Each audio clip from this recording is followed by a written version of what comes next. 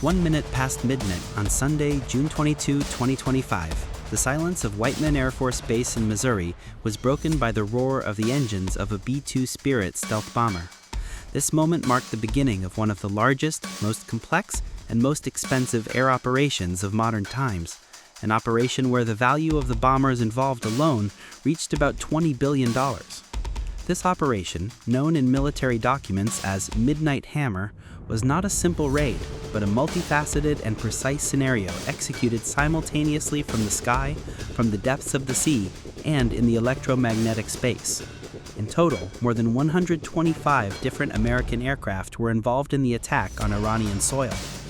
The main targets were three key centers in Iran's nuclear activities chain: the underground and heavily fortified uranium enrichment facilities at Fordow and Natanz, and the uranium conversion facility in Isfahan. Immediately after takeoff, this group of aircraft separated. Two of the bombers, turning on their transponders or radar, headed west towards the Pacific Ocean. But this was just a multi-layered deception. On one hand, it made global radars perceive the flight as a normal and pre-announced transfer towards the Guam base. On the other hand, this move could be interpreted as a geopolitical show of force to exert more pressure on Iran. While attention was focused on the Pacific, the other 7 aircraft, in complete radio silence and with all transmitters turned off, took the main operational route to the east for a grueling 18-hour flight towards Iran. This operation was a complex example of modern warfare, based on multi-layered coordination. But how exactly was this offensive structure designed and executed? And what is a realistic assessment of its results? If you haven't subscribed to our channel yet, please subscribe and support us by liking and sharing this video. The 7 B-2 bombers that formed the main body of the attack faced a huge challenge. The official range of a B-2 is sufficient to reach Iran from Missouri, but this calculation is for an aircraft without a heavy payload. Each of these bombers carried 2 giant GBU-57 bombs.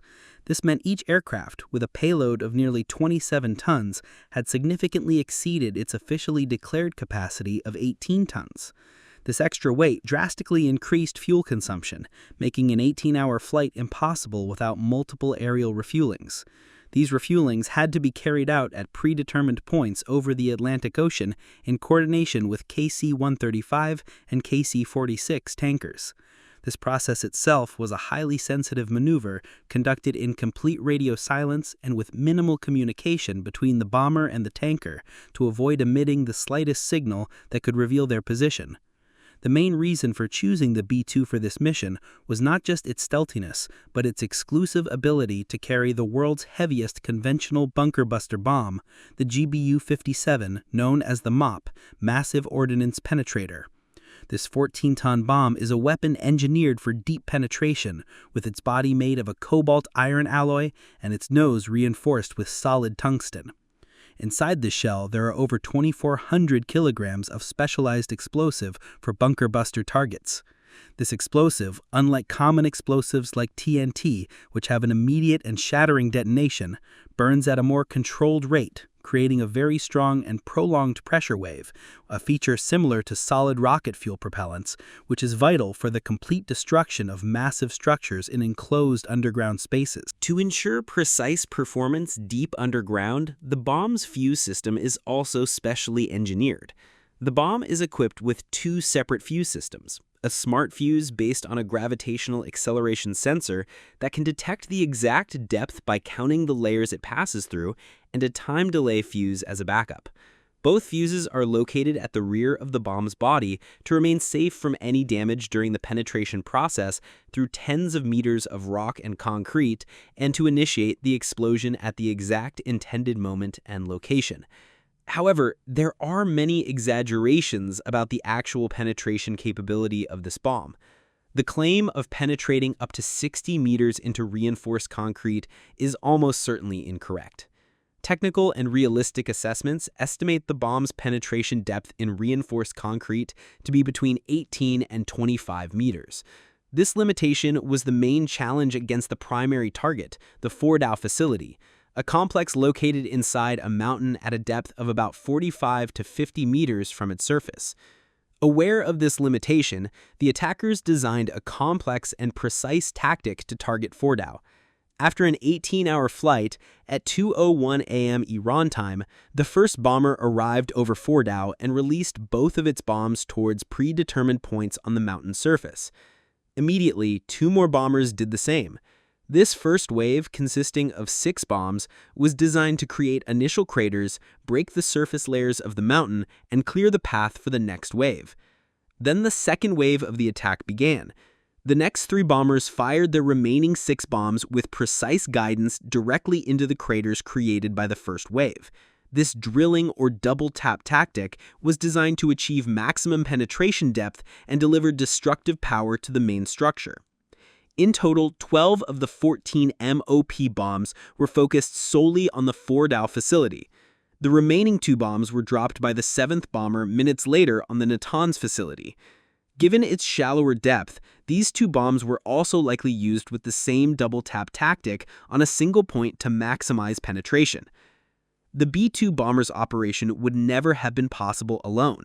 These aircraft were only the visible part of a very large and complex support network.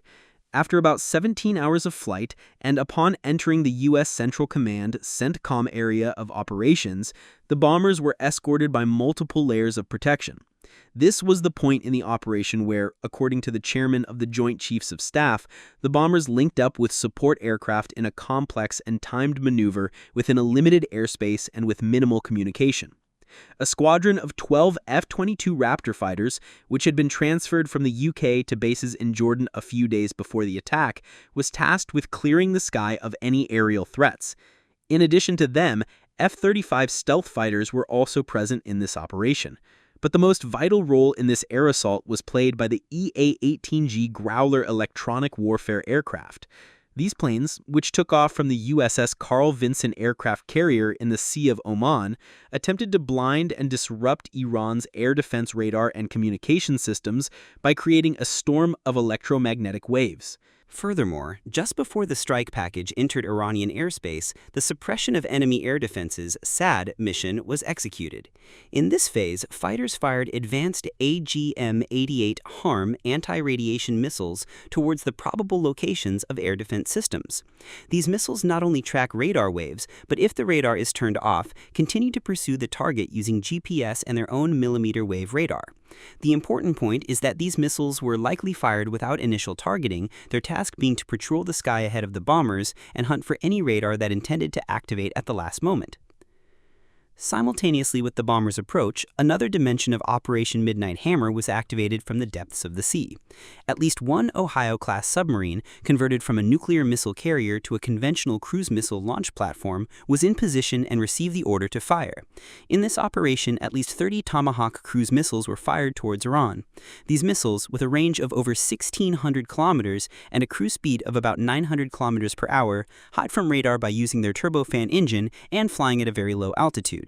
The targets of the Tomahawks were key infrastructures and surface facilities at the Isfahan Nuclear Technology Center. Given the distance of several hundred kilometers to the target, the launch time of these missiles had to be calculated so that their moment of impact in Isfahan would coincide exactly with the bombing of Fordow and Natanz to engage the defense on multiple fronts simultaneously and prevent it from concentrating. In less than 25 minutes, all attacks were over, but the main question, especially regarding Fordow, remained. Was this amount of firepower sufficient to completely destroy the facility? Evidence and analysis present a vague and doubtful picture.